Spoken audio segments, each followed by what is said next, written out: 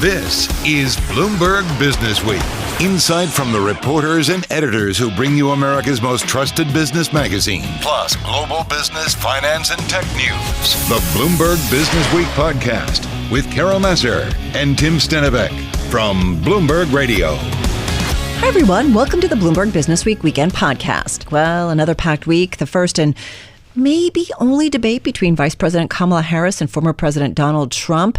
We also got an uptick in jobless claims and two reads on U.S. inflation supporting a quarter-point cut as we count down to this coming week's Fed meeting.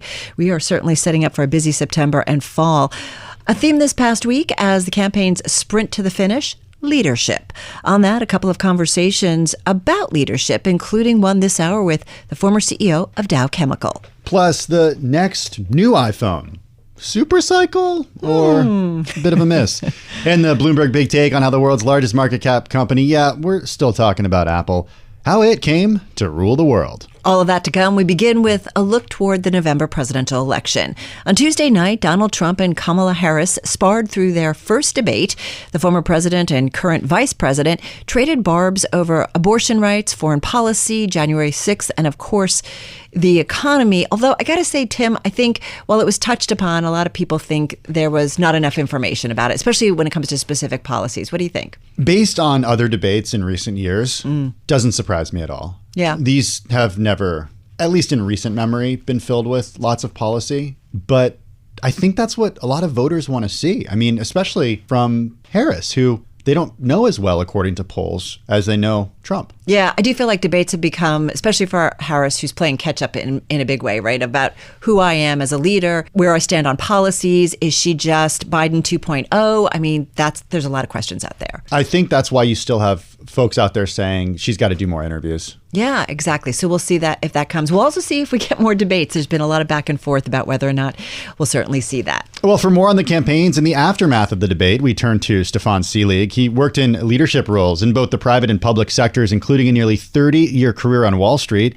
He's former Undersecretary of Commerce for International Trade at the U.S. Department of Commerce during the Obama administration, also headed the International Trade Administration. Stefan, also managing partner and founder of Bridge Park Advisors. Last time he was on with us, said that President Biden would step down from the race. So first of all, congratulations, and will you buy me a lottery ticket?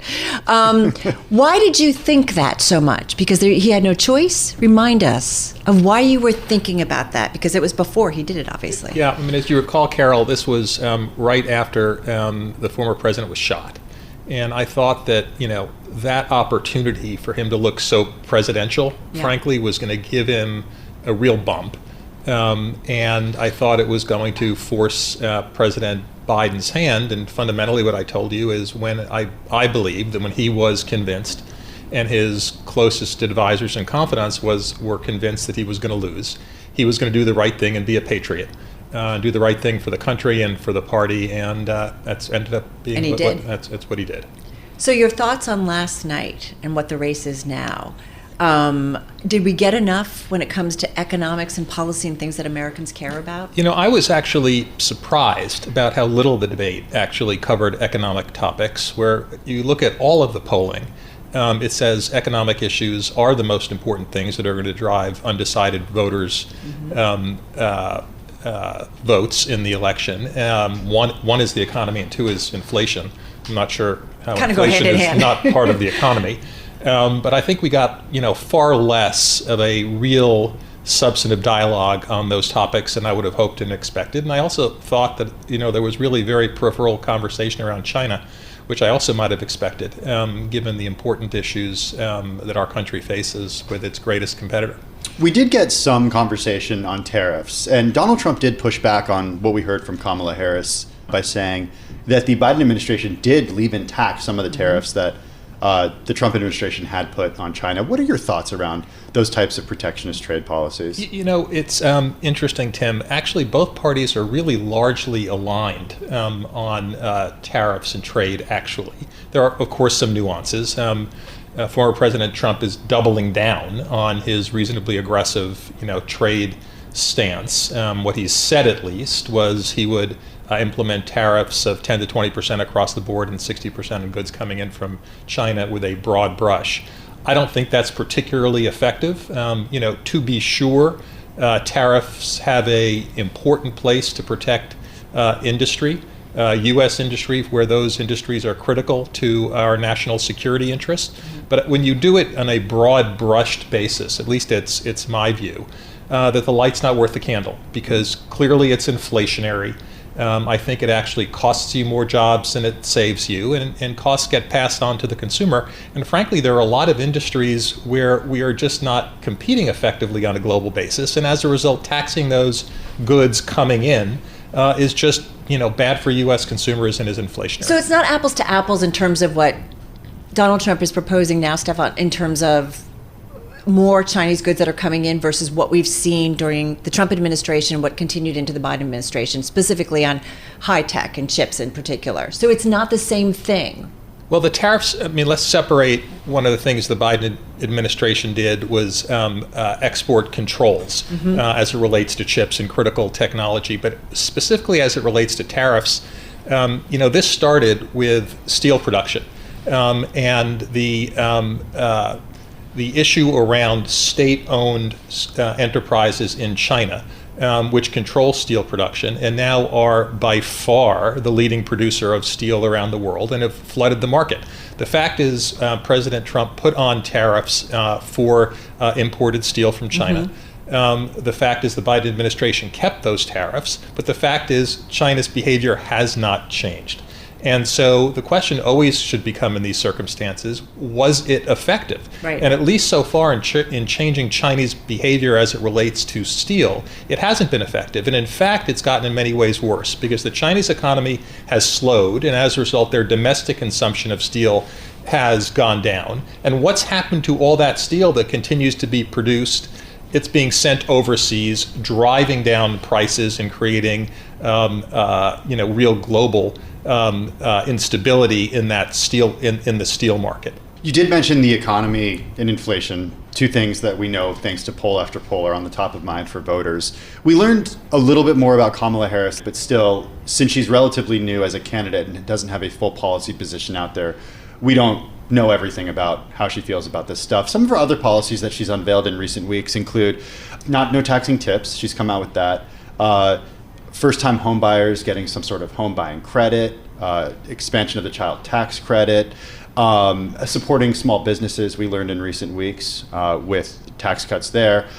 But let's go through a couple of those tips. Yeah, so, I want to talk specifically about the home buying one. The home buying one to me is interesting, and you didn't mention obviously the whole price gouging, issue that she raised, because to me these both reflect a fundamental misunderstanding of reasonably simple economics, right? Which is, if you give somebody $25,000 to go buy a first home, and there is frankly not a demand issue but a supply issue, let me tell you what's going to happen.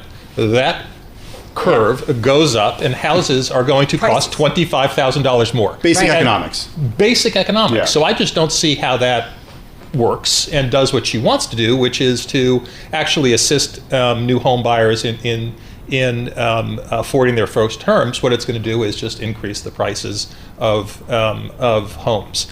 And so to me, this is very similar with the whole price gouging issue, which she talked about in groceries and in food retail.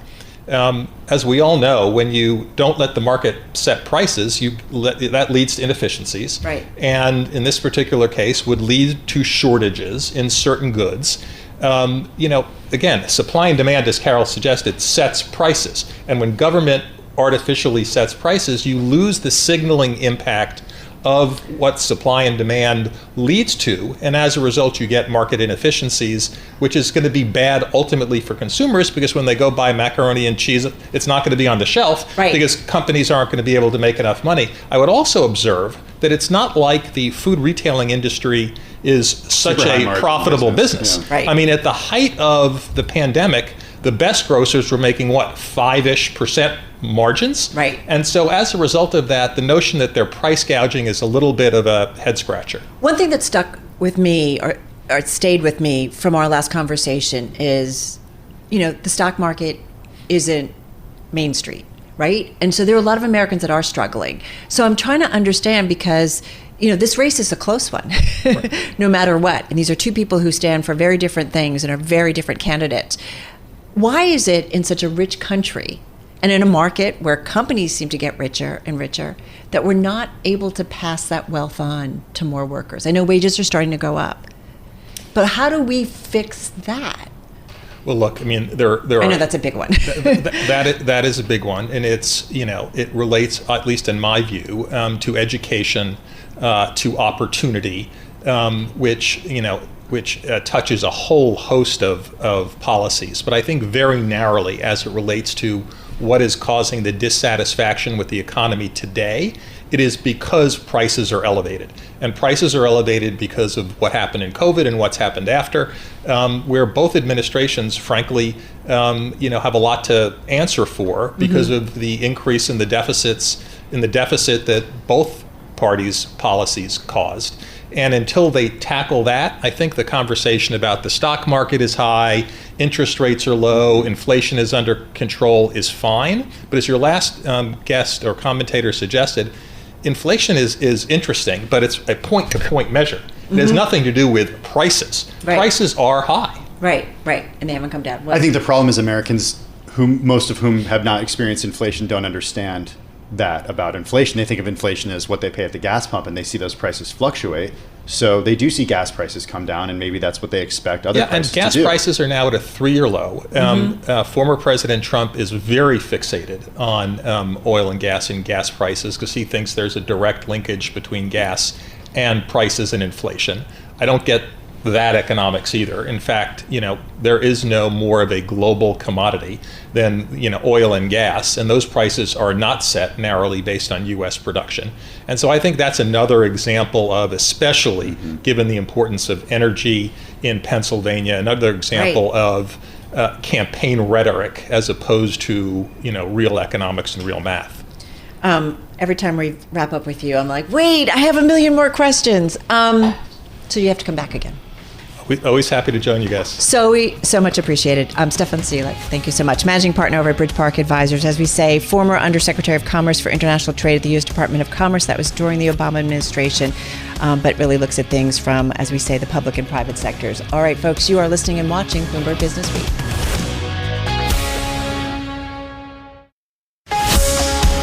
You're listening to the Bloomberg Business Week podcast. Listen live each weekday starting at 2 p.m. Eastern on Apple CarPlay and Android Auto with the Bloomberg Business App. You can also listen live on Amazon Alexa from our flagship New York station. Just say, Alexa, play Bloomberg 1130. Apple on Monday unveiled the latest version of its flagship device, the iPhone 16, along with updated versions of its Apple Watch series and AirPods. The company is betting it can entice consumers with modest hardware upgrades and AI technology that's still on the horizon. It's a gambit for the tech titan, which has been racing to develop a suite of tools called Apple Intelligence. Though Apple has been touting the tech since its developers conference back in June, the software will not be included in the initial versions of the new iPhones. Perhaps not great for investors who hope that the new iPhone infused with AI capabilities would lead to a so-called supercycle. For more, Katie Greifeld and I spoke to our Apple expert, Bloomberg News chief technology correspondent, Mark Gurman. I don't think that this is an upgrade designed to gather people from a 15 Pro Max. I think this is an update designed to get people on much older hardware or people in other smartphone ecosystems like Android, right? Because the year-over-year hardware improvements are essentially negligible. It's one of the smallest, I think, annual hardware improvements that I've seen from Apple in a long time. Maybe a little bit more significant than going from the 12 to the 13, but yeah, this is pretty bleak. And then the artificial intelligence stuff is really cool, but that's not coming for quite a while, and it's going to be pretty much a phased rollout. So I think they're going for people that are coming in from older phones. Well, yeah, that's interesting, because I feel like at this point... That's like you, Katie, and me, too, yeah, I guess. But because when you think about, switching from Android to Apple, I feel like, Mark, there's like this cult of personality that has developed among each phones. I mean, if you have an Android in the year of our Lord 2024, are you going to switch to an iPhone? I mean, that seems like that would sort of go against what you believe in at this point. Well, if your friends and family force you to because they're tired of you not being able to be in the group chat because you're a green bubble versus their blue bubbles, right? A lot of times it's friends and family pushing people to make that switch. So, you want your photos to be in sync with everyone else. You want your subscriptions to be in sync with everyone else. So I think that's a component there. I mean, there's some people who are never going to switch from Android, and there's a lot of people who are never going to switch from Apple to Android. But I think that they're constantly pushing the needle in terms of how they can bring more people from the Android ecosystem. They've made iOS far more customizable to be more like Android. You can now tint your icons to different colors. You can put your icons anywhere. You don't have to fit within that home screen grid. There's a lot more customizability for the lock screen and control center. So I certainly think that there is a movement going on from Apple to try to make the iPhone more appealing to people coming from the Android world.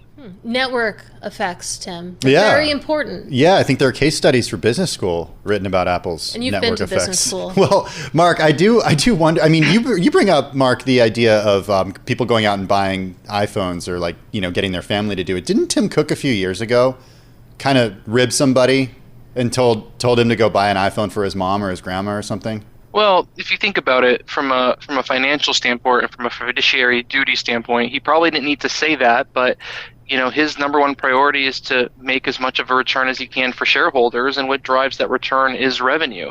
And so him telling that person in that audience, I was actually there when he said, I was a little shocked that he said that, that he should buy an iPhone from his mom, well, that was maybe a rude or snarky or funny comment.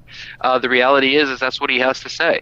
But that was in response to a question about RCS specifically. Now, I guess the good news for that person in the crowd, if they have not bought their mom an iPhone to this point, is that RCS is coming to the iPhone, and it's coming as part of iOS 18. It's already embedded in there, right? I've been using RCS for a couple months now. Explain what that is. Well, RCS, it's Rich Communication Services. It's basically a next generation version of SMS. It's what Android is using. It takes a lot of the features like Wi-Fi texting, read receipts, delivered notifications, high resolution image transfers for both group chats and one-to-one chats, brings them to the Android world. And now, if you're on an iPhone, you'll be able to use RCS to communicate with people on the Android ecosystem. So you'll start green bubble texting with people who don't have an iPhone when you get this iOS 18 update, and you'll start getting read receipts. You'll see images are coming in a little bit more clearly. So that is a nice upgrade to make things more interoperable. At the time, obviously, this is not something Apple wanted to do, but they sort of threw this out as a peace offering, right, or as a olive branch to the different regulatory institutions globally, saying we're going to do this, maybe go a little bit easier on us. Hey, Mark, we have a couple more minutes left with you. I want to talk a little more about what we learned from the company with regards to AI. You said it's sort of this incremental rollout. What's the promise that Apple has to its customers when it comes to AI? Well, the promise they have to their customers is that it's going to launch in October, a month after it launches, after the new iPhones go on sale. And they've basically promised a roadmap of features that are going to launch over the next several months. But their big differentiator there is their privacy standpoint, right? They've been talking about their private cloud compute, which basically uses Apple chips in the cloud to store and process the information using artificial intelligence. And that's a little bit different than the competition because they're promising to keep your data absolutely secure. There have been other companies that use AI to create data and profiles on users, whereas Apple is not doing that. So that is a bit of a differentiator there. At the same time, the functionality is not as broad and as powerful, I would argue, as AI on the Google Pixel and the Samsung and some of the other phones. At the outset, you're talking about summarizing notifications of incoming messages, incoming emails, Slacks, etc. You're talking about prioritizing notifications. Once we get into December, we're starting to get into the image generation class of products, right? Talking about Genmoji, which you can use text to create your own emoji. There's an example of you can type in "when pigs fly" and it'll create a flying pig to send back to your friend in a text message, right? And so that's going to be cool and fun and all, but we'll see if this is stuff that catches on. Me personally, I don't think 99% of consumers care about AI. They've heard of it. Maybe they don't know what it is, but I don't think they care enough to influence purchasing decisions in large numbers. That was Bloomberg News Chief Technology Correspondent Mark Gurman. Speaking of Apple, the company is worth around $3.4 trillion, more than any other company in the world.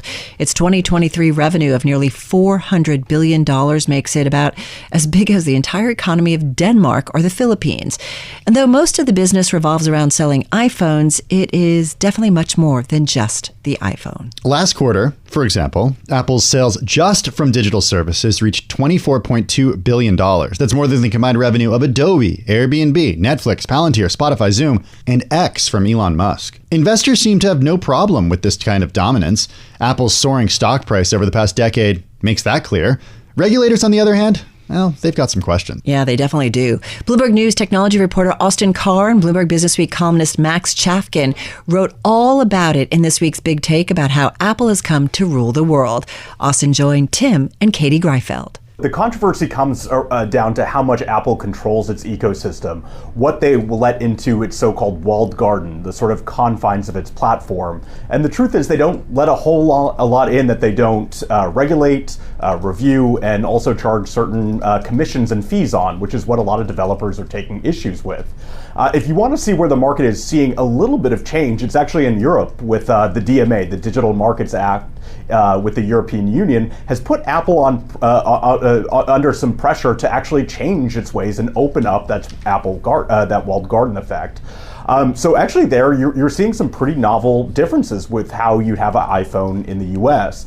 Just for example, they're opening up alternative marketplaces in Europe, so you can actually download a different app store if you want a different set of experience from different software makers like Epic Games or another called Alt Store.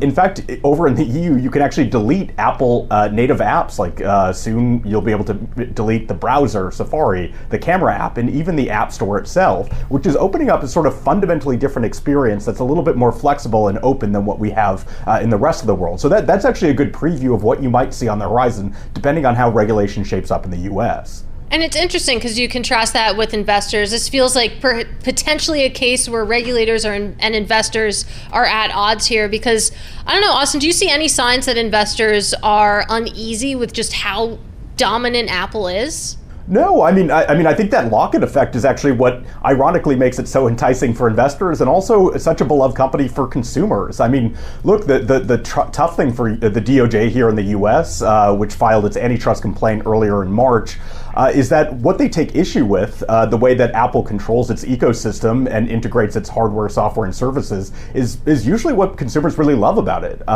We like that it works really together if you have a MacBook, an Apple Watch, AirPods, and an iPhone. At the same time, we don't really quite grasp that because of that integrated experience, what it's locking out, it can be a detriment to the experience itself, even if we like the Apple sort of day-to-day incremental updates. They didn't really release any new AI features that they hadn't already previewed. They're not actually going to come for a few months. That's one example of the ways that perhaps they're not incentivized to move as fast and as risky and as innovatively as they had to in years past, because there's not a lot of risk that I, as an iPhone user, am going to leave to a different ecosystem. Right. Well, let's talk about that a little bit more, because we're talking about regulators, then we talked about investors, and you bring up the end user, of course, the customer, the person who is buying into this walled garden. I mean, what is the sense there? Are users getting frustrated with the fact that you do have to buy into an ecosystem? You can't really buy just a product one-off and then integrate it with other products from other companies. The thing is that this isn't an overnight switch. This is something that they've essentially been building out from when Steve Jobs came back and released the iMac, then the iPod, and so on. You started building up that ecosystem over the course of decades, where if you have an iPhone, remember that device came out before there was an App Store. And then they introduced the App Store a year later. Then they introduced a lot of companion devices like the iPad, like the Apple Watch, like AirPods. And then on top of that, part of what makes CEO Tim Cook's era so monumental has been this push into services. So you subscribe to iCloud, you subscribe to TV Plus, fitness, subscriptions, things like that. And so these are all things that add on to the experience and make it just that much easier to add a new Apple device or a new Apple subscription, because that's your default. That's what you're going to want to add to.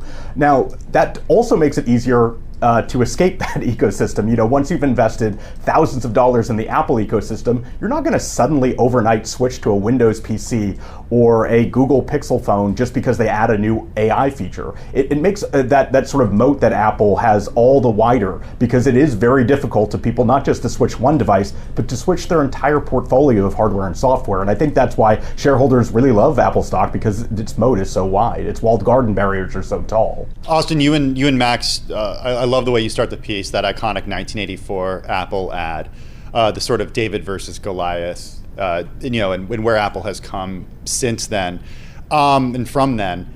I wonder, just in the last 30 seconds that we have with you, what the biggest threat to Apple is right now moving forward. I mean, I think it is sort of a feeling of incrementalism, of, things aren't seemingly disruptive until they are, or being able to disrupt until they are disrupted. I think when ChatGPT came along in late 2022, that shocked a lot of people. No one had ever seen anything like that. And here we are 2 years later, and Apple's just getting around to rolling out its AI features, many of which won't roll out to 2025. Now, did that disrupt, sales of the iPhone going forward? No, there's not really a ChatGPT phone that's out there. But you can see the risks of sort of slowly introducing some of this innovation. It has downsides for consumers. At what point are they going to say, I want something a little bit sooner, I want something a little bit faster and cooler? Austin Carr, one half of the team that did today's Bloomberg Big Take. Check it out at bloomberg.com/thebigtake, and of course on the terminal. You're listening to the Bloomberg Business Week podcast. Listen live each weekday starting at 2 p.m. Eastern on Apple CarPlay and Android Auto with the Bloomberg Business App. You can also listen live on Amazon Alexa from our flagship New York station. Just say, Alexa, play Bloomberg 1130. Well, our next guest is the former chairman and CEO of the Dow Chemical Company. He's also former executive chairman of Dow DuPont. He spent more than 40 years at the company. He worked in engineering. He worked in manufacturing, management, sales, marketing, and more. Andrew Liveris is also the author of the book Leading Through Disruption, A Changemaker's Guide to 21st Century Leadership. The book came out last year. We're happy to have you here in our Bloomberg studio. How are you? I'm good, Tim. Thank you. Welcome. More than 40 years at a single company. Yes. It's not something that, I was going to say, it's not something you see I've been here my whole life. In our generation, but Katie's actually born here. Yeah. You've been here your whole life. Yeah, so I've never left the building, actually. I take that back. Yeah. But in all seriousness, you don't see the tenure of somebody spending their entire career at a company. Is that detrimental to a career? I think you can have many careers in one career.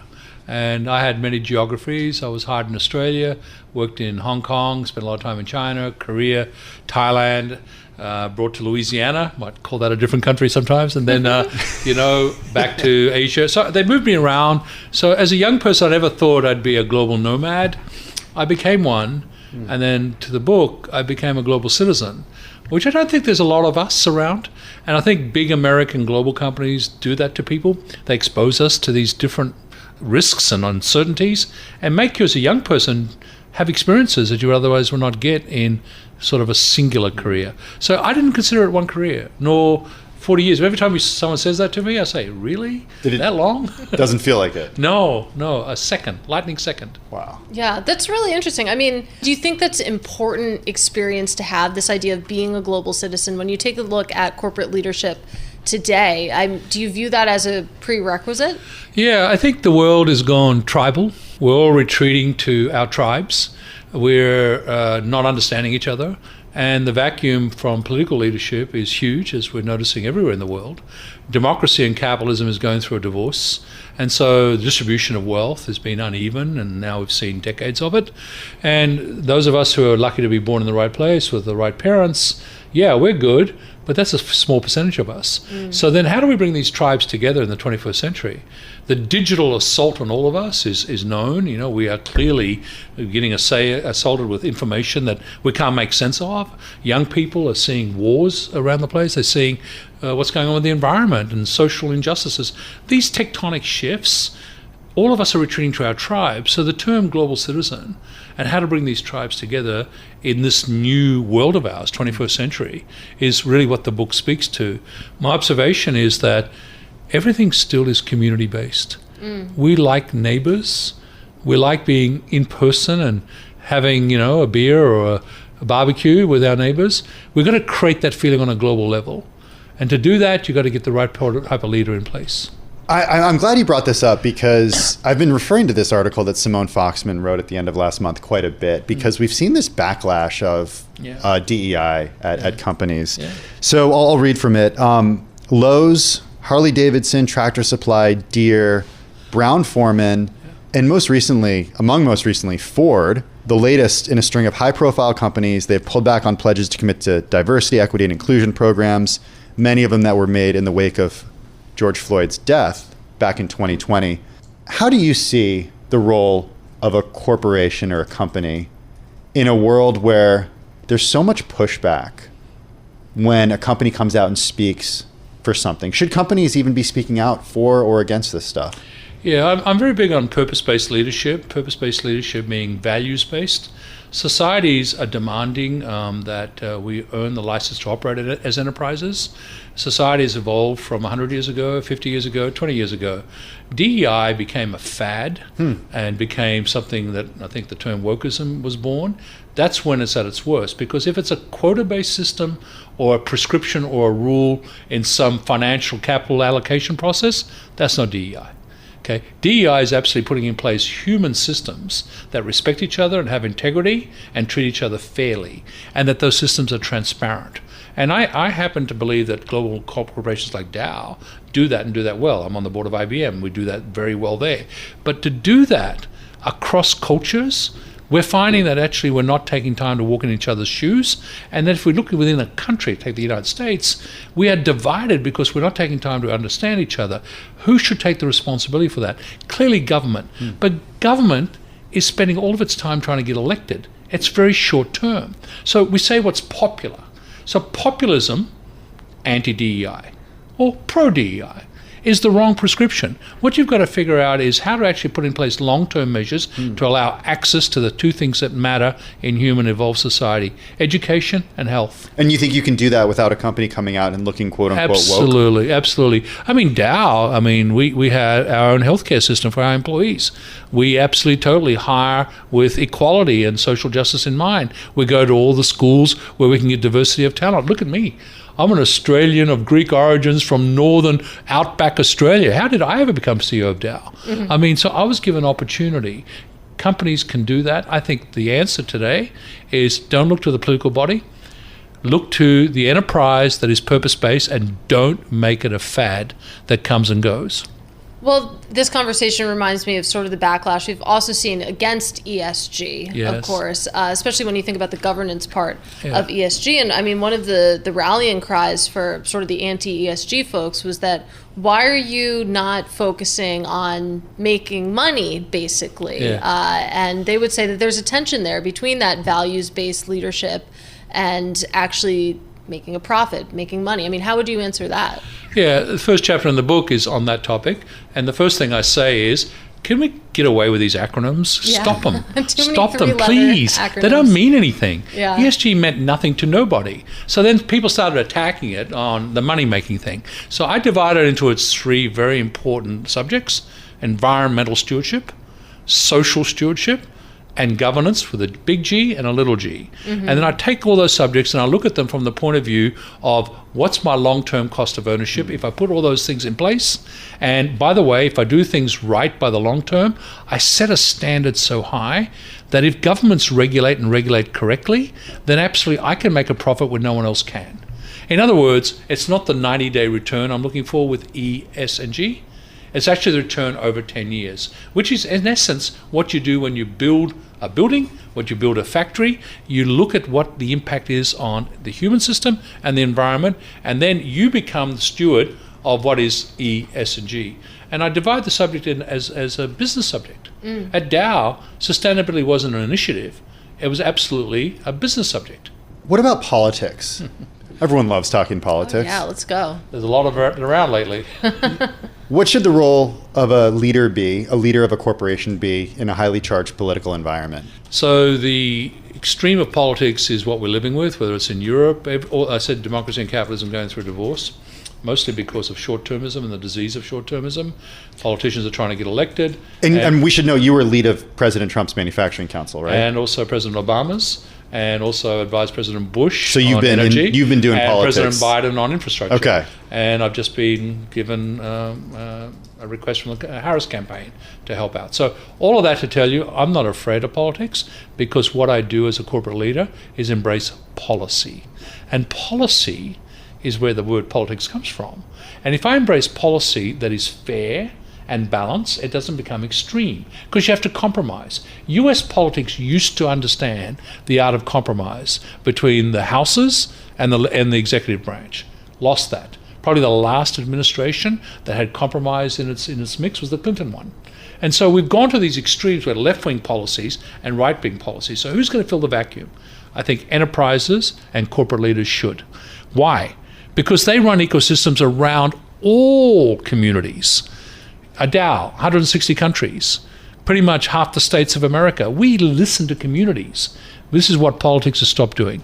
One policy that I know is of interest to our listeners and our viewers, because one just got in touch with me to ask you about tariffs. Yeah. One of our listeners wants to know about what tariffs mean to you through the lens of a CEO who created things. And do you see retaliatory behavior globally as a result of tariffs?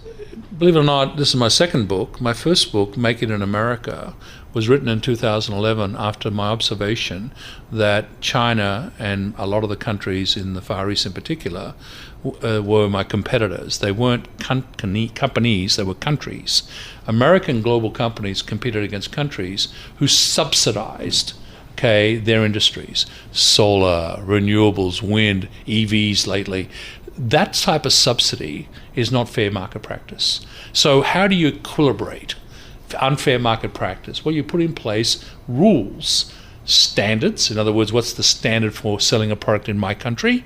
And then non-tariff barriers. In essence, that basically means you have to meet my regulations.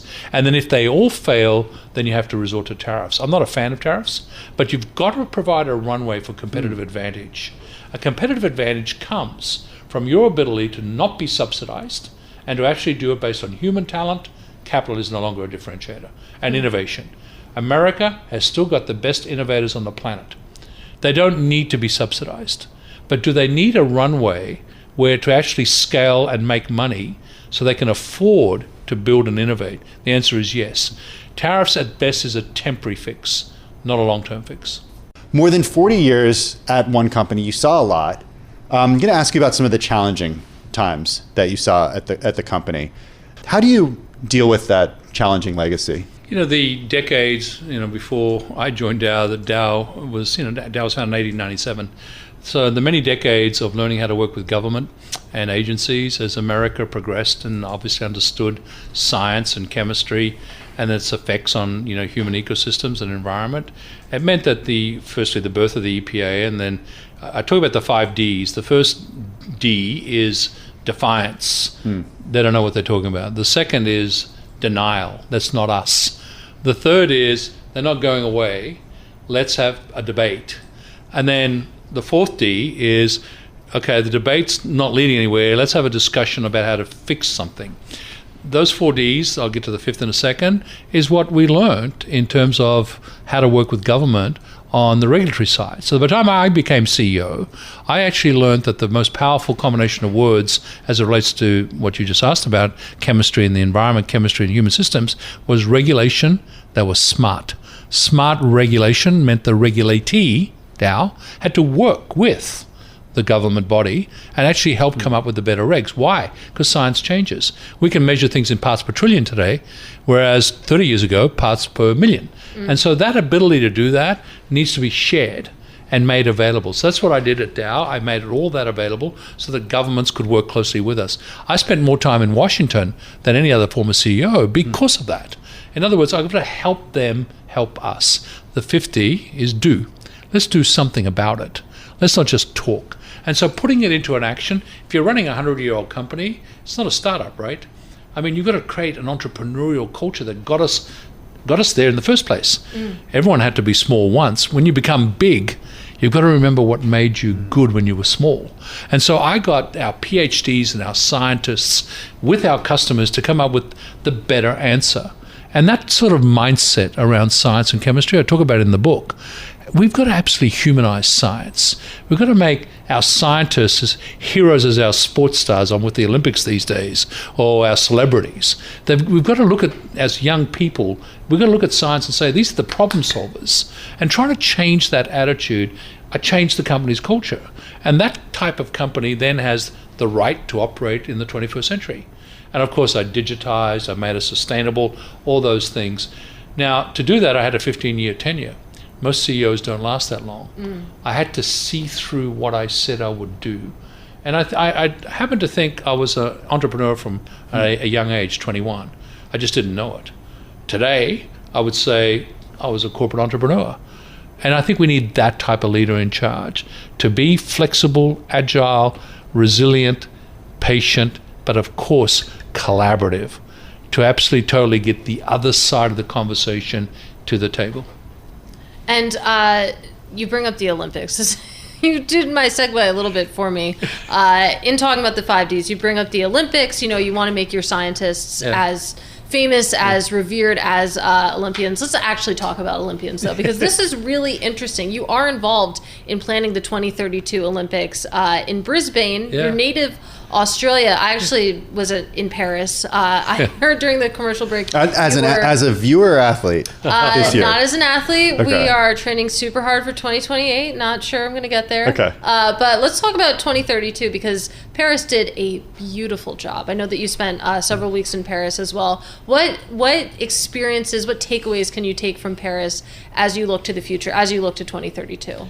The Olympics of the 21st century, you use the key word, experience. I think humanity is actually buying experiences. And actually, I'm going to use the word fun, but humanity likes to be with each other. And Paris was the first Olympics really since Rio, when everyone was together. Remember, Tokyo had the COVID delay.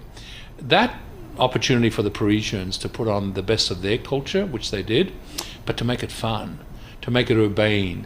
I don't know if you got a chance to go to the urban park where they had the 5 urban sports. No, BMX. I was only at track and field, actually. Yeah, well, track and field was phenomenal. It started in France. But the Parisian crowds turned up for these newer sports, skateboarding, breakdancing, Everybody was talking about breaking. My Australian ray gun, I know what she did. So certainly quite an impact. But the fun and the experience is what stood out in Paris.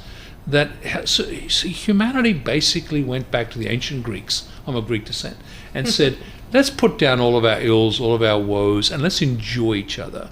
Paris did that in spades. A sensational games, not just the Olympics, but the Paralympics. Actually, I enjoyed the Paralympics as much as the Olympics. Yeah. Because I saw humans with disabilities not think of themselves that way. They saw themselves as high-performance athletes doing amazing things. And you know what? They're right. They're right. And they've had to overcome, each of them has a story and a narrative. Spent a lot of time with them talking about that. It was, for me, it raised the bar for Brisbane, as you just said. Lucky for me, I got LA in the middle, although LA I think is going to do a pretty good job too. Pretty excited for that one. Yeah. It's not exactly a gorgeous European city, but it's pretty good. Yet. Yeah. Yeah, maybe they'll transform it. Well, who knows? But they definitely have Hollywood and celebrities and venues. Got the glitz. Yeah, that's a glitz. Lots of glitz. I have nature. I have Australia. I have a warm, friendly society. I have an ability to actually use oceans and rivers and forests and reefs and put on a spectacle where the Olympics meets nature and the other way around. Our motto already is shine brightest, period, together. I love it. Yeah. You gonna go? Of course I'm going to go. You're I want to invited. go. After I went to Paris was my first time at the Olympics. I want to go every 4 years. Okay. I want to make it a priority. You got time, 2032. Okay. It's on the calendar. All right. Katie's there. A big thank you, Andrew. Yeah. Andrew Liveris. His book, Leading Through Disruption, A Changemaker's Guide to 21st Century Leadership. Former CEO of the Dow Chemical Company, former executive chair of Dow DuPont. He's on the boards of Lucid Group, Saudi Arabian Oil, IBM, and he's working hard on the Olympics. This is Bloomberg Businessweek. You're listening to the Bloomberg Businessweek podcast. Catch us live weekday afternoons from 2 to 5 p.m. Eastern. Listen on Apple CarPlay and Android Auto with the Bloomberg Business App. Or watch us live on YouTube. Plenty ahead in our second hour of the weekend edition of Bloomberg Businessweek, including bringing back the sport in sportswear. How Nantucket teamed up with baseball legend and investor Derek Jeter with the goal of creating the next great athletic brand. Plus, pulling back the curtain and digging deeper on what it takes for world-class CEOs to reinvent themselves.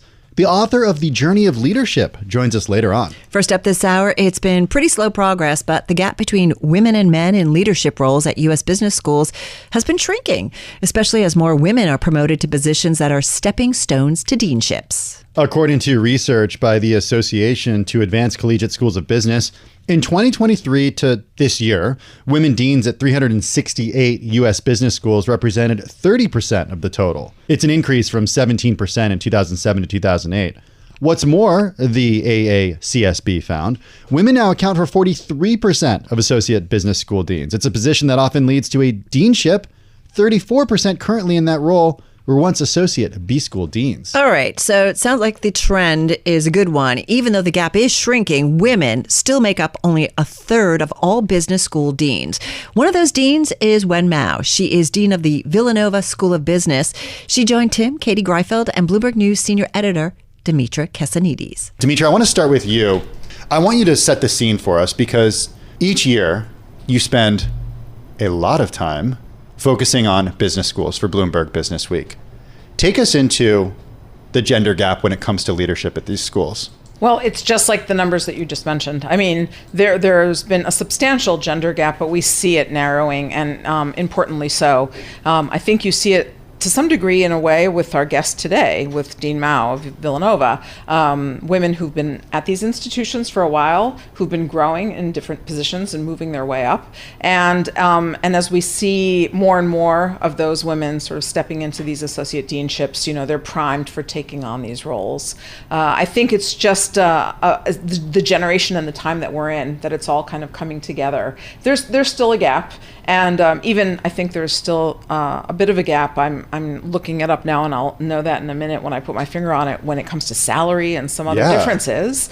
But it is meaningful. It's meaningful in many ways. It's as we reported in our story, Dean Mao was one of several deans that we reported on, to the women in that institution in various roles, to the women who go to those institutions and study. Representation, as we know, matters.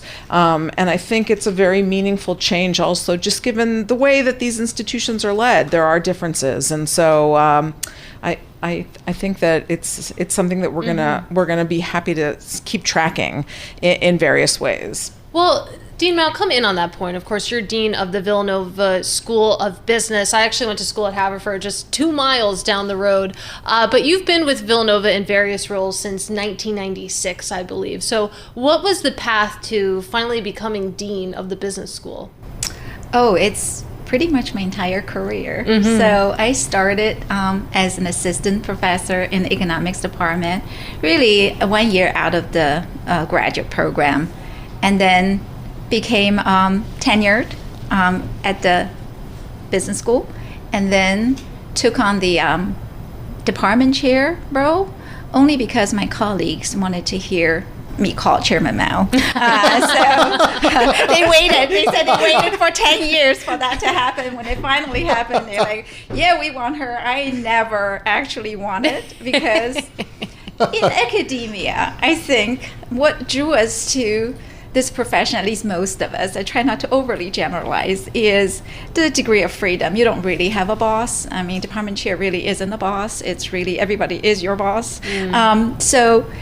And also, like, you're really not drawn to the salary, right? And so it's really that freedom, it's that purpose, it's that working with young people and research, right? Those are the things that draw you there. So being an administrator isn't in most people's plan. So, but yeah, go Dean ahead. Mao, I'm curious how the makeup of the school is representative or is not representative from a gender perspective of the actual administration. In terms of the deans, or in terms of the deans. For example, and I can only draw on my own experience, but when my dad went to business school in the 70s, it was almost all men. Mm-hmm. When I went to business school, 8 or 10 years ago, it was like 50-50. Mm-hmm. But it didn't seem like the administration was 50-50. Gender-wise. So if you count department chairs and then deans and associate deans, right now, say out of the 5 department chairs, we only have 1 female, and she's actually the finance department chair, which has 60% of our students. Wow. So a very, very important job, and she's done a fantastic job at that. In terms of the dean's job, let's just zoom out a little bit. For the whole university, we have 6 colleges, right? So 6 deans, 5 are female at Villanova. So that's impressive. But if you think about history, right? Dimitri is right that we have come a long way. It didn't just happen overnight. I'm looking at the hallway and see all the prior business school deans' pictures, and I think I'm the second female. Wow. The previous dean was the first female dean in Joyce Russell, and then prior to that, all male and mostly priests. Wow. I guess that makes sense. So that right, and so This is a Jesuit school. Yeah. so it's certainly come a long way. But right now, for instance, I have 2 senior associate deans and 1 male, 1 female. All right. So yeah. So there you go, and that's the Villanova makeup there. And you mentioned that it's not something that you necessarily get into for the salary, but Dimitri, I want to come to you on that point. I mean, you think about the data that you have, and what does that show when it comes to the salaries? Yeah, well, I mean, we've collected data. Again, it's from AACSB, the association that Tim mentioned, and there's still a gap. I mean, the gap in salary has been somewhat consistent. It feels like over the last 5 to 8 years, which is about women lagging men in the dean's role 5 to 6% in salary. So, if you're looking at, say, an average salary for male deans today of about $326,000 versus for females of 314,000. There's not a huge disparity there, but there's still a disparity. It's not huge, but it's a disparity. And these are people, again, coming up through the ranks, long time with the institution, holding important roles. Sometimes you just scratch your head and wonder why there is a disparity at all still. Hold on, why is college and graduate school so expensive? What are the salaries? Well, those they are big salaries, but they're big jobs, maybe? I don't know, Dean Mao. In terms of the cost, it's very interesting you asked that. I think inflation adjusted, economist here, so confession. Please. It didn't go up as much as the sort of headline price tag says, because you also have scholarships, right? And so the net cost of attending actually in recent years have gone down, did not go up. So that's, but if you see the price tag, it's like you go to the car dealership. No one actually pays that tag price, right? You kind of have discounts. And so most universities give out discounts based on needs. Right. And because that information is very hard to obtain, so there isn't a transparency to how much the actual cost is for the students. So most universities, believe it or not, are being pressed, squeezed, right? On one hand, you're giving all these discounts, so you're not bringing in as much tuition. And on the other hand, you have the rising costs with faculty salary and all that. Yeah. I wanted to get into some of the challenges that schools are facing right now. The effect of the Supreme Court decision back in the summer of 2023 that bans affirmative action. How's this playing out at Villanova and at the business school? Actually, we have not finalized the numbers for this year yet, but preliminary data seem to suggest the numbers pretty much stabilized, so it didn't have a big impact for a school like us. And maybe partly because we still have very strong outreach, and also, if you think about it, MIT, I think, came out and said, they came out and said that was a big story. The number did go down for them, right? And I was thinking, like, just a few days ago, well, that has to have impact on the school right below, right? So these students go somewhere. Where do they go, right? Could they be coming to some school like us? And maybe that has an impact on sort of the next tier schools, and then it trickles down to the following tier. So that's maybe just a sort of an educated guess. And for us, maybe it's a wash. Dimitra, as I mentioned, you spent a very good part of your year focused on the business schools. I'm not going to give anything away because I don't know anything, but I know this time of year is when the rankings usually come out. Can you give us any preview of sort of how you're thinking about things this year? Just very briefly. I mean, we've been talking to deans at several schools, and going out there and taking a look at what's happening. The rankings come out next week, by the way, September Mark your 17th. calendars. They will publish at 12:01 a.m. These are global rankings. A lot of the themes we've been seeing in recent years are picking up and just taking on greater importance. The AI. The theme of AI in both how it's being used in the classroom, how it's affecting so many aspects of the education, and also in the jobs that the graduates are seeking. And then jobs is a big one this year. Okay. It's been a challenging year for MBA grads. And All right, jobs. well, we know that has continued. We know we'll get you back on as soon as that list does come out. Dimitri Casanidis, Bloomberg News Senior Editor, Wen Mao, Dean of the Villanova School of Business, here in the studio. You're listening to the Bloomberg Business Week podcast. Listen live each weekday starting at 2 p.m. Eastern on Apple CarPlay and Android Auto with the Bloomberg Business App. You can also listen live on Amazon Alexa from our flagship New York station. Just say, Alexa, play Bloomberg 1130. From business to politics, there seems to be a growing power shift of women in more prominent positions of power, and that includes women of color. Okay, so remember just a few weeks ago, this was back in July, ancient history when we're talking presidential election here, but that was the day that President Joe Biden said he would no longer run for president. That day, some of America's most prominent black women across politics, business, and entertainment joined thousands of their peers to galvanize support for Vice President Kamala Harris. They raised $1.5 million in just 3 hours. For her take on what this means for Harris and women of color more broadly, Emily Grafeo and I spoke to Dr. Carrie Mitchell Brown. She's a cultural architect and equity strategist at KMB. Often in our space as equity practitioners, we hear that you have to give up something in order for other people to have space. Inclusive leadership looks exactly like what happened there. Joe Biden made an assessment that what's required right now he could not provide in his leadership, so he transferred his leadership to a very capable black woman who has been in the trenches and demonstrated that she has a lived experience to lead in this moment and beyond. And that's what is required.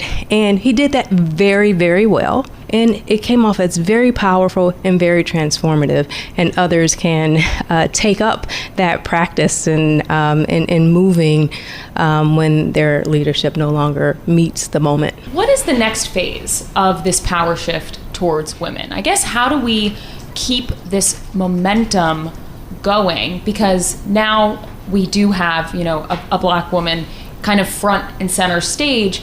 How do we kind of keep that continuing? Yeah, I mean, it is a sign for businesses. It does really highlight that equity is necessary in all of our institutions and all of our workforces.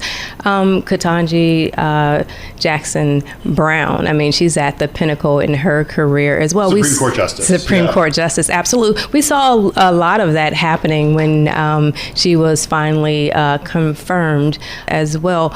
It is very, very important for these leaders to represent our democracy, to represent and reflect what our country looks like. I want to go back to Vice President Kamala Harris, because one thing that we've seen her do, or one thing we've seen her not do, is make her racial identity part of her pitch to the American people, which I think is really interesting.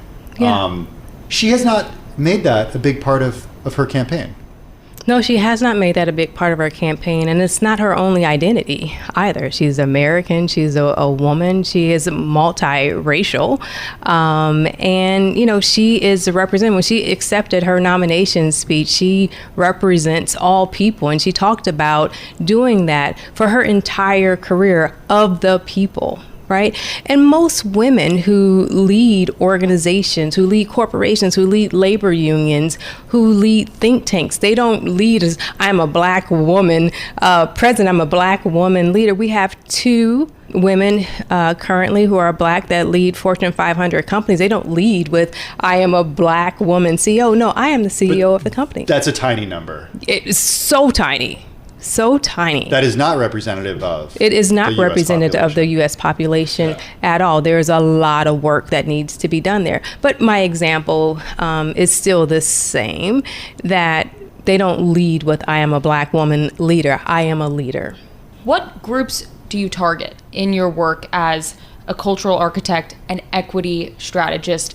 Do you kind of focus on people early in their careers and advancing them, or is this more kind of targeting people in the mid and more senior levels? I really work with organizations who are committed to ensuring that they have the right environment for Black women to thrive, for everyone to thrive, but particularly for Black women to thrive. So if there's an organization who has an experience that they're not able to retain talented Black women, well, we have a conversation to see what's going wrong, because it's not the Black women who are leaving who are the challenge. What's happening in the environment, what's happening in the workplace, what's happening in the cultures, the policies, the practices that create the conditions where Black women do not want to stay. What are the challenges that these leaders are coming to you with when they hire you, when they bring you in to do this work? What are the problems they're trying to solve? The problems that they are trying to solve is they're trying to operationalize their commitments for racial equity, their commitments that they are making for diversity. We all know that companies with diverse teams are 35% more productive in revenue, in impact, in the bottom line overall than companies whose teams are not diverse. Okay, so I want to bring this up because in recent months, we've seen Lowe's, Harley-Davidson, Tractor Supply, Deere, Brown-Forman all come out and say they're pulling back from pledges to commit to diversity, equity, and inclusion programs. There's a real pushback to DEI right now. There is a tremendous pushback to DE&I right now, and one would think, were they committed in the first place? After George Floyd 2020, there was a lot of commitments. No company wanted to be on the wrong side of I'm not going to commit to this. We saw a lot of companies pulling back with the Supreme Court rulings coming out of the Fearless Fund. And the risk of litigation. We have witnessed some organizations softening their language around their commitments on their website, but continuing to move forward, with their programming, changing the words, and, changing the actions. They're two separate things. But, I would question, were they serious about it in the first place? 10 seconds, permanent shift. Is this it? Or these companies circle back in the coming years? They need to circle back. It's at their own peril if they don't. Dr. Carrie Mitchell-Brown, thanks so much for joining us. Thank Cultural you. architect and equity strategist joining us here in the Bloomberg's studio.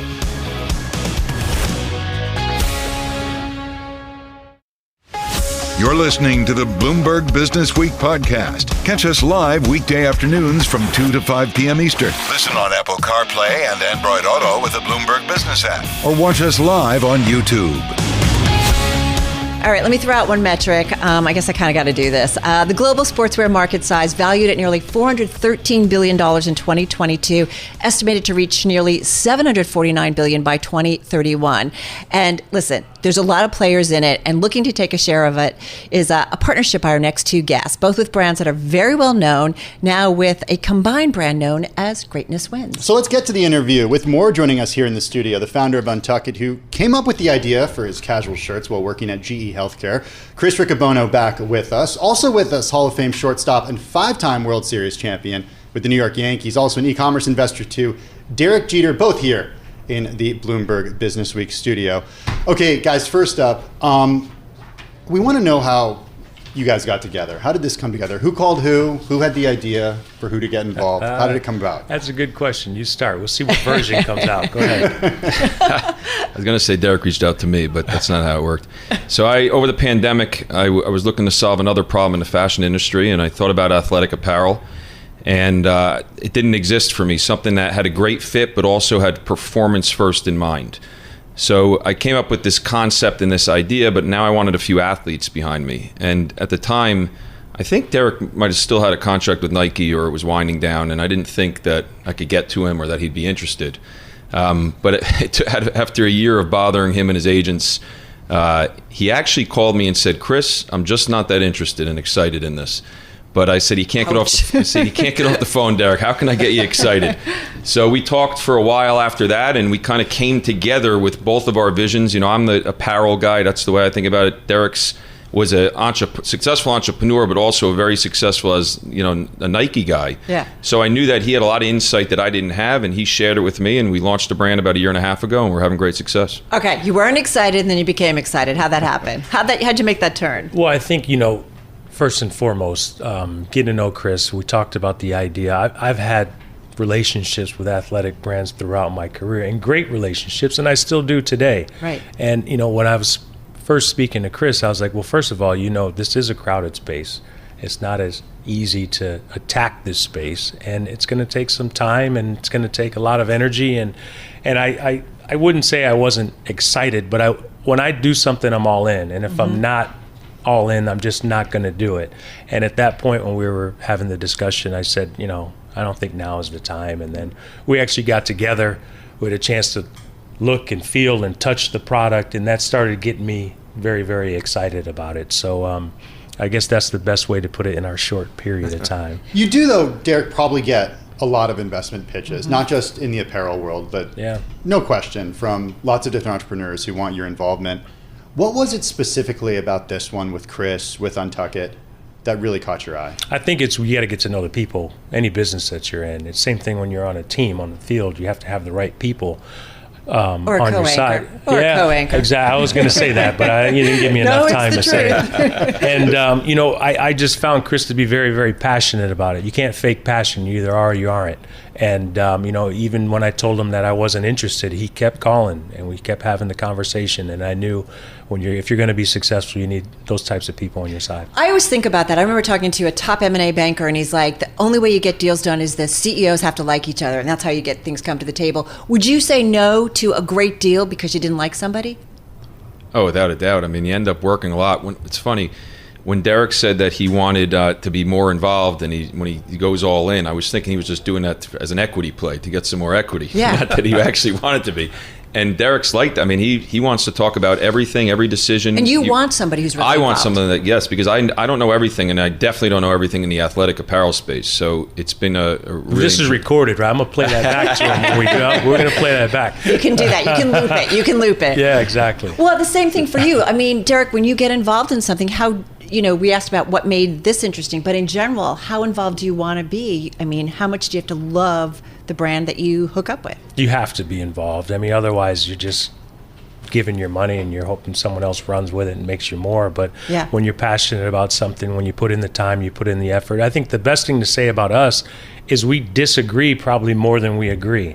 And I think that's a good thing. Yeah. I mean, you don't want people that always think the same as you. Otherwise, you're never going to make improvements. You're never going to make progress. Is it hard to say no to Derek, though? We just talked with we had an author of a leadership book, and they talked about CEOs who, once they get to the top, they surround themselves with people who don't say no. Listen, I rolled the dice right from the beginning, and we went after each other a little bit. But like you said, it's the best way to go about it. Like, you want to leave at the end of the day and have people go against your views, because if they're agreeing with you, you're not going to always do the right thing. So I thought that was a great... I wondered if he was going to want to continue the relationship a few times, but it really came together, and now we're on the same page, and things are going really well for us. Well, I do wonder, when does it get a little tricky? Like any partnership, whether it's a marriage, whether it's working relationships, whether it's business relationships, there's always tough times. What are some of those tough times? I don't know why you're looking at me. Yeah, I was about to say, you guys just keep going. You answer that question. I don't know how. No, but I really do feel like a little bit of debate or a little bit of arguing like gets you to a better place. I think it does. You have to have a difference of opinion, like I said. I do like you, Tim. Sorry, go ahead. Otherwise, like I said, you're not going to make any progress moving forward. And we disagree more than we agree, but we do it respectfully. And, you know, there are some things that I know he's an expert. It's impossible to be an expert at everything, right? You know, you surround your people that are much more intelligent in different fields. And, you know, Chris obviously has a lot of experience in the retail space, especially. I have experience when it comes to athletic brands. So it's okay for us to disagree. So, Chris, let's go there, because this is a really crowded space. You mentioned Nike, but I mean, if you think about upstarts like Vuori, Rhone, then there are the big players like Nike, Adidas, and the like. How do you carve out a place for you specifically So it's funny, just like with Untuck It, I really needed this product. And you might ask why. There's plenty of athletic brands and athleisure brands. For me, the athletic brands that existed, the quality wasn't there, the consistency of fit wasn't there. They were designed for performance, but they didn't have that modern fit. The athleisure brands have an incredible fit, very high quality fabrics, but not designed with performance first in mind. So I wanted a really high-end athletic brand that had a great fit, but also was meant to work out and would withstand being washed, not pilling. Yeah. Something that all athletes, not just professional athletes, could use all the time. And it's not inexpensive, so you want it to last for a long time. And I think that that's where we are differentiate from these other brands. We're not athleisure, we're not athletic. We're kind of a blend of both, if that makes sense. I've got yoga pants on that are pilling a little bit, so I totally get you. What's the growth trajectory? Tell me what we can talk. We're Bloomberg, we love numbers, you know that. What's the growth on this? Well, we need you to go buy some pants. You just said that okay. they're pilling. So I'll get right on it. We need you to help us out. But I think for us, I'll let Chris follow up on it. I think what we want to show as a brand, this is only our second year, we want to show progress. Yeah. Sometimes when you're building a company, a startup company, you want success right away. But you understand, you're a startup company for, I think they say 10 years. I mean, it's a long, long time. So we want to show some steady progression. I'll let Chris get into the numbers. Yeah, so will it be 10 years before you really feel like it's there? No. Depends on how much you buy. Okay. No, I mean, there's so much competition. You want to just stay relevant. You want to make a great product. That's the first thing. You got to make a great product. You need your repeats to be there, which they are for us. The other thing that's really exciting with us is not just, you have the e-com, then eventually stores, which is what I did with Untuck It. Right. We have a great wholesale business we're building at Greatness Wins. We have a golf business. We'll be in 80 clubs. We were in 80 clubs this spring. We have a bookstore business. Derek just wore a Michigan sweatshirt on as honorary captain of Michigan this weekend. We have a new dance relationship with Misty Copeland, who's our women's founder. I was going to say, you need women who do a little bit of shopping. Yeah, so we have something that we'll be announcing soon that's exciting. So I'm very happy with where they are. People love the product, they love the quality, and we're just getting going, but very excited for the future.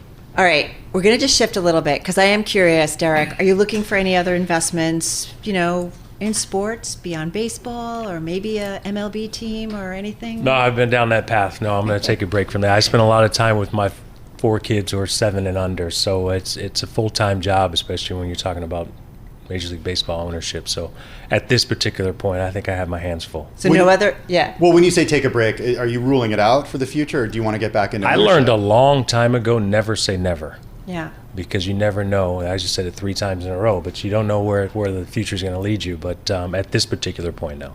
I do also wonder, the two of you, like when you think about either athleisure or athletic apparel, companies that you look at that you admire, or leaders you admire. Let me ask you, Chris, first. Like, is there somebody that you look at and say, that's who I kind of get some cues from, or?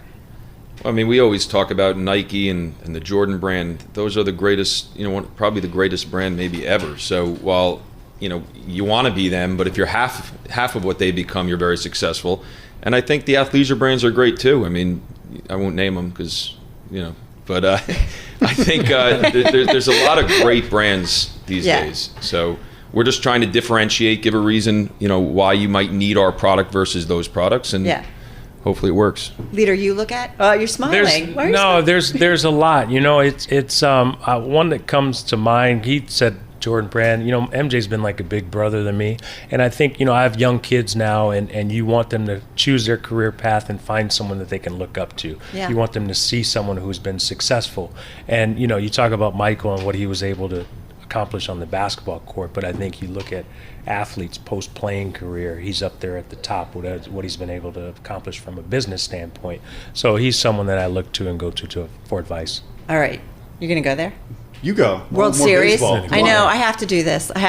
All right. So you're going to be in the booth, right? I am. Fox? Yes. Yeah. Who do you? Can you think about who might be there? I don't know. It depends. I'm not trying to skirt the question. I'm really not. But a lot of it is matchups. Okay. And we'll know in a couple of weeks because some teams. I know during my career, I used to play Anaheim Angels all the time. We just couldn't beat them. And, finally we broke through and we were able to win in 2009. But it all comes down to matchups. So there's some good teams out there. Chris, you talk baseball, and I'm curious what you might think for the World Series. Chris knows nothing about baseball. Are you serious? No. I don't bother. Do you really not? I do know baseball. I'm a fan. I don't. And bother, you did a deal together? I don't bother Derek with it. But I'm a Yankees fan. We'll see. They don't seem to be able to perform in the playoffs for the last 15 years now. We'll discuss it on Fox.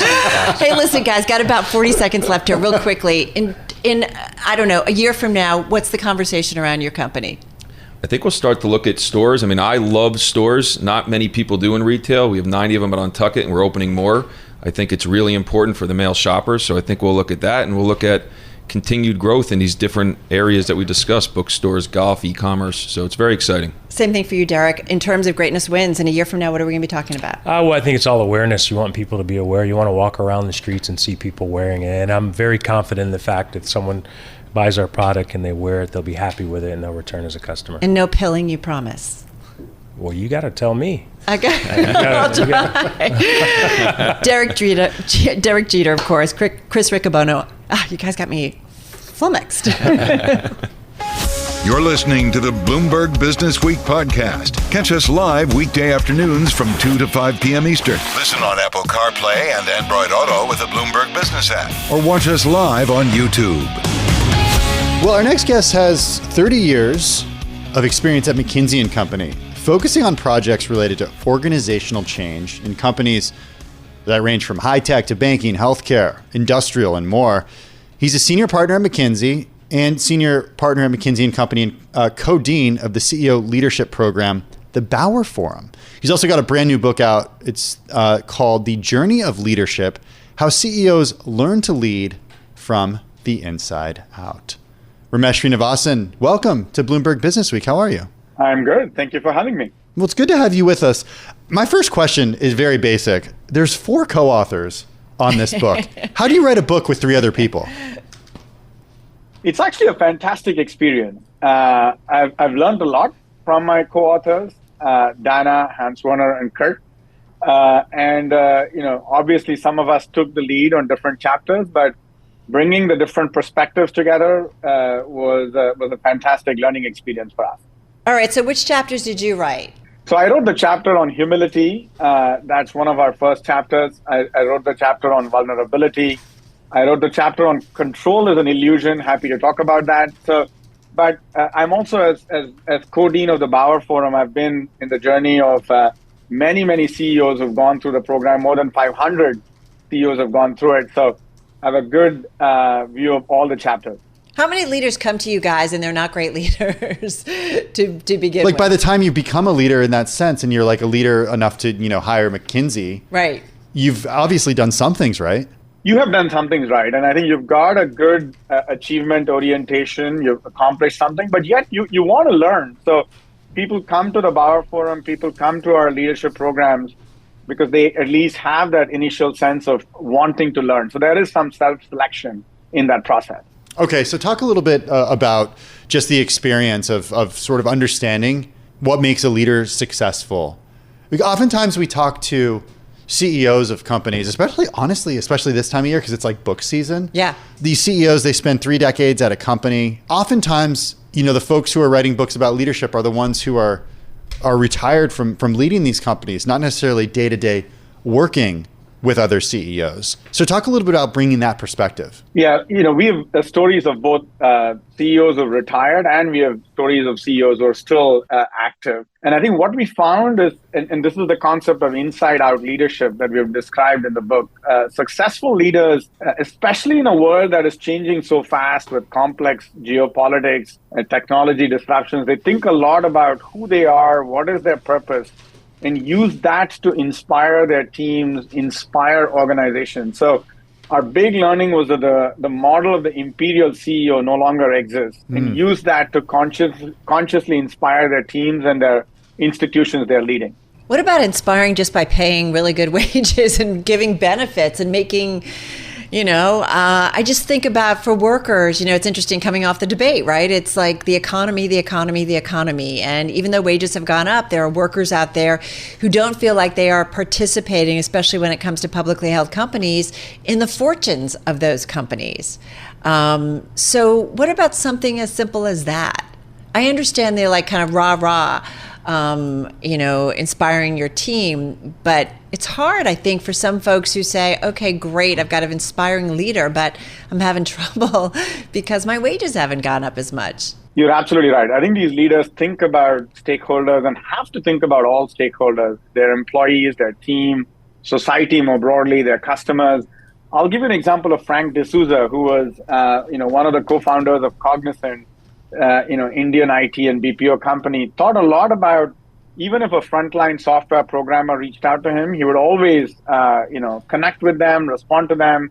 And so in many of these sectors, especially the knowledge economy, thinking about all employees is quite critical. So completely agree with you. Even in the manufacturing, I'm with you. I think the successful companies are thinking about creating value, not just for shareholders, but for employees as well. I see this even in private equity.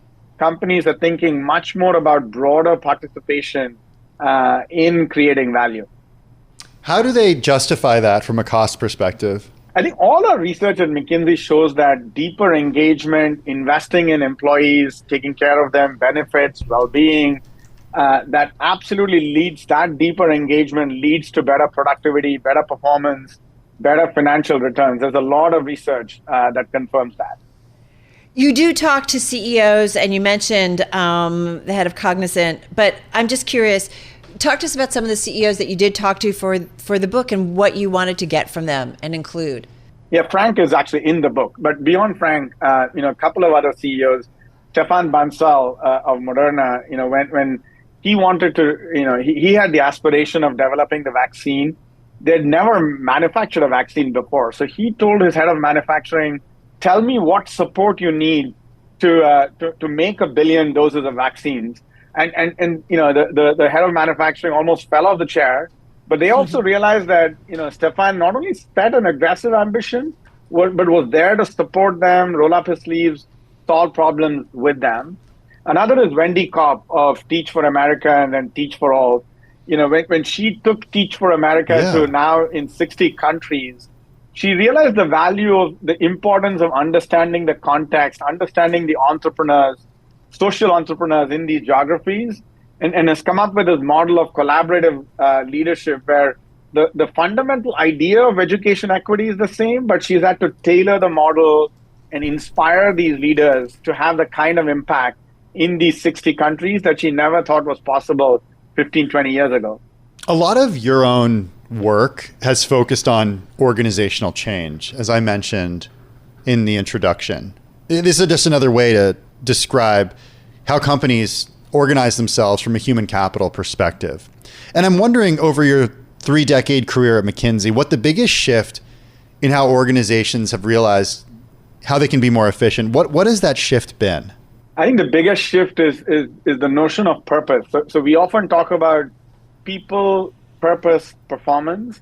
I think these institutions have realized that they need to figure out what is their purpose and how do they help the people in the organization reflect on what gives them meaning, whether it be their own development, their teams, their bosses, the communities around them, and how do they tie that purpose back to the individual. That's when they can unleash the most from the people and deliver sustainable performance. Again, Moderna is a great example. And in healthcare, it's probably easier when you're doing work in life sciences or healthcare, but helping people see the value of what they're doing can then unleash their fullest potential. I thought it was interesting. There's a chapter, chapter 10, everyone keeps things from the boss. And it talks about as somebody becomes the CEO, they really no longer have peers who might, inform them, keep them Say informed, no to them? Say no to them or I know a lot of instances of that I've seen play out over the last few years. So afraid to why is this? Nobody's saying no around this guy. You can tell. Right. Or say, that's a great idea. Yeah, everybody's saying that's a great idea, boss.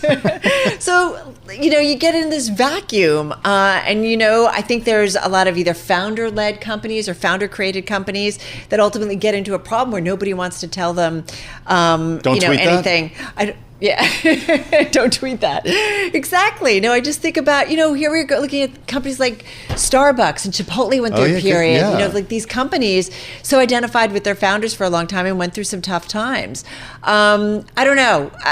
What do you tell the leaders to make sure they don't get in that predicament? How do they not get in that predicament? You're absolutely right. And by the way, this issue is not just in founder-led companies. It's actually many companies, and not just the CEO. Even as you get more senior, people start holding back and don't share the truth with folks. So I think we had the story in that chapter about the media company CEO who surrounded himself with truth tellers. And these truth tellers were people at all levels. He selected people who were not afraid of speaking the truth, but also created an environment where he set that expectation with them so that they would come and tell him what was really happening, what customers were telling them, how they were feeling, how their peers were feeling. And he used that knowledge to set the strategy, inspire people, and direct his own team. Hey, how has the organizational structure at McKinsey changed in your career? I think at McKinsey, our mission and values have stayed the same in these 30 years. Obviously, the scope of work we do, the geographies we are in, that has expanded quite a bit in response to what our clients are asking. And we are innovating, we're experimenting, we've invested a lot in technology. And then we've embedded purpose into what we do. That's become much more important for us now. So those are some of the shifts that I have seen in these 30 years. Hey, Ramesh, one thing I want to ask you, and I think it's safe to say we've done a lot of reporting, a lot of other folks, about the consulting industry overall, McKinsey and others, kind of going through a bit of a rethink, a redesign. McKinsey, we talked about earlier this year, Bloomberg reported out, cutting some jobs. They talked about a slowdown in demand for services, and more broadly, the consulting industry has really been going through, kind of been under the microscope, if you will, and McKinsey in particular, in terms of the influence of the firm and, its reputation, its involvement. And I wonder a couple of things. One, how is the consulting industry going? What kind of demand are you seeing for your services? And secondly, is it tough sometimes when McKinsey has been under the microscope to kind of give advice to other companies? And how does that make it kind of interesting, the conversations? I've been in the industry for 30 years, and I think the industry goes through its own cycles, but I see robust demand. I talked about changing geopolitics, technology disruptions, climate change. All of these are changes happening in the world, and our clients are looking for new creative ways of driving growth. Our vision is to help clients deliver sustainable, inclusive growth in the world. I think in that journey, we're seeing robust demand. We're also having to shift our own practices. Frankly, if anything, when clients look at us and see some of the changes we're doing, see the way in which we're adjusting ourselves, part of it is we're taking some of our own medicine. And I see demand continuing to be robust, and that's what keeps me going. All right, one thing we wanted to do, we've done this with some other folks that have written leadership books, is talk about some of the leaders that are out there. And I want to start with the two leaders that were up on stage in Pennsylvania last night, the debate stage. Kamala Harris, Donald Trump. How would you rank them as leaders? What advice would you give to them in terms of their leadership skills or lack thereof? I am not a political commentator. I'm not an expert. I'll leave it to other experts. I think our belief, like I said, is this concept of inside-out leadership, where we see successful leaders in business, in social leadership, in all spheres, thinking about their own purpose, who they are, and using that to inspire teams, inspire the world. That's the model we see, we understand well, and that's what we're sharing with the world. Do you think that though these are two candidates, either of them, one of them, both of them, that inspire, like the electorate and citizens? They obviously have like citizens in different parts of the world that they inspire, right? So they resonate with different parts of the world and different parts of America as well. All right, so maybe easier. Let's pick a leader that we talk about. Where do you want to go, Tim? I want to talk about Elon Musk. I mean, he's someone we talk about each and every day. He's got several companies, including SpaceX, Tesla, of course, the Boring Company. He's got X, formerly known as Twitter. Did you say Neuralink? Didn't say Neuralink yet. There you go. That's one of his companies. XAI as well. A lot. When you look at Elon Musk, what do you see in terms of leadership? I mean, I see a leader who comes up with ideas, innovating, bold. So many attributes that are interesting and useful to learn from. What about ways that you think he could be a better leader? Again, I have not studied Elon Musk. So again, I don't think I'm an expert at at Elon Musk specifically, I'll go back to what we see leaders do. I think for us, our leadership model starts with leading self. Who am I? Being more self-aware, being aware of like, what are my strengths? What are my areas? How can I improve? Like I said right at the beginning, that's why people come to the Bauer Forum and other leadership programs we do. And then using that to lead teams, inspire teams. I already mentioned, at least our belief is that the model of the imperial CEO is no longer sustainable. And then using that to inspire institutions, inspire change in the world. That's the model of sustainable leadership we've seen, we've studied, and we share with leaders who come to us. Ramesh, what are some takeaways that folks who don't necessarily lead organizations at the top, but maybe managers who have small teams or who are early on in their careers, what are some takeaways that they can get from the leaders at the top of their game who you've written about, you've studied, you've worked with? Yeah, our book is actually meant for a wide spectrum of leaders, frankly, who are in schools today, leaders who are early in their career, leaders who are more senior. My advice would be, focus not just on academic success and achievement, but think about your own purpose. What do you want to accomplish in the world? What service you want to provide to the community around you, and bring that sense of purpose to the institutions you're part of. Ask a lot of questions. When I meet a lot of younger colleagues who are coming into McKinsey, I tell them, exercise the obligation to dissent. That's one of our key principles within McKinsey. Ask a lot of questions, understand how things work, invite a lot of feedback and coaching, and use that to improve and grow. That's what I advise younger leaders. Interesting stuff. I mean, listen, a lot of leaders, right? Like looking for advice and trying to figure out in an environment where things can change a lot thrown at you. And if you're publicly held, you can be out if the stock price isn't doing well. Or maybe they keep paying you even if the stock is going down. We've seen situations like that before, too. Yeah, we have seen that. Ramesh, thank you so much. Ramesh Srinivasan, as we said, senior partner at McKinsey & Company. The book is called The Journey of Leadership, How CEOs Learn to Lead from the Inside Out. This is Bloomberg. This is the Bloomberg Businessweek podcast, available on Apple, Spotify, and anywhere else you get your podcasts. Listen live weekday afternoons from 2 to 5 p.m. Eastern on Bloomberg.com, the iHeartRadio app, TuneIn, and the Bloomberg Business App. You can also watch us live every weekday on YouTube and always on the Bloomberg Terminal.